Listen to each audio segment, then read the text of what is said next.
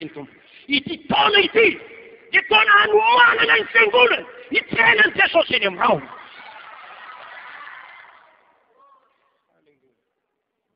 Hanomanana ny isam-batan'olona hitrenany Jesosy. Ny famonjena fivoriana mila fotoana. Aza mampifoy ny fiarah-miangona tahaka ny fanao sasany. Mila ny fotoana antsika izany. Ny fivavahana maharitra mila fotoana. Mareta ny fivavahana. Fivavahana mandrakariva mila fotoana. Fivavahana tsimitsahatra mila fotoana. Ny fanaovana ny asan'ny tompo mijoro vavolombelona mila fotoana. Ny fitoriteny mila fotoana. Ny fampelezana ny filazantsara mila fotoana.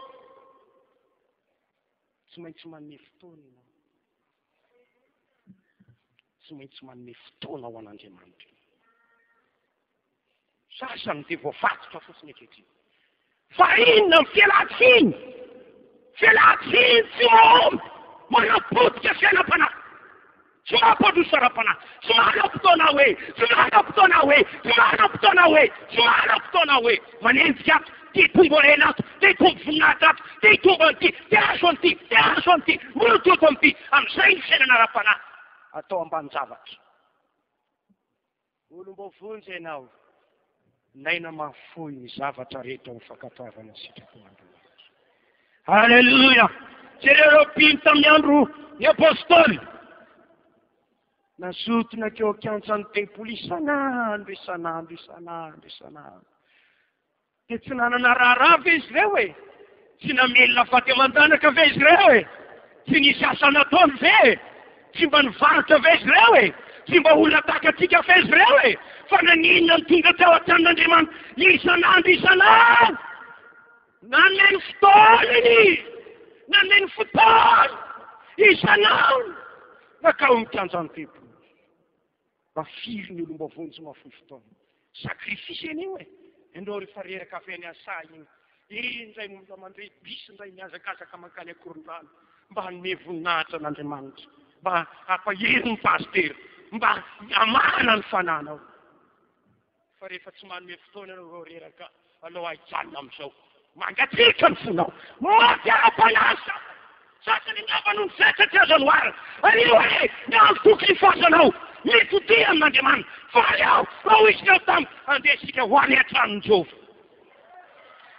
Sasany aza mandeha mitsilamindamika zara mitsy aza raha mivoaka tara. Mba hitoerany fiarahan-tiny hoe, tsy navelan'ny mpampiasa. Nefa ny fiainam-panahy fo fa tsy ao an-tranon'Andriamanitra. Sara sisa lahady fa omena ny tompony fotoana.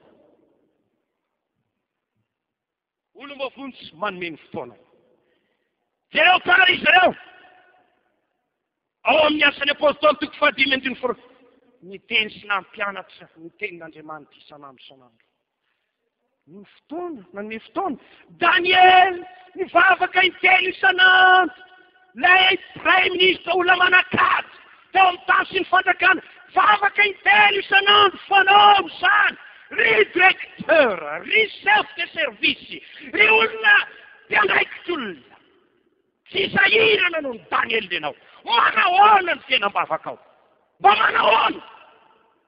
Mba manahoana nefa ny fiainam-bavaka ao? Manahoana ny firaisanao amin'Andriamanitra? Manahoana ny fitatiavanao ny herin'Andriamanitra? Manahoana ny fiainam-bavaka ao an-trano? Misy ray mpianakaviana, tsy afaka mitarika iseny. Fitaom-pivavanao afaka hatramin'ny folo. Tsy malahelo anao amin'izany.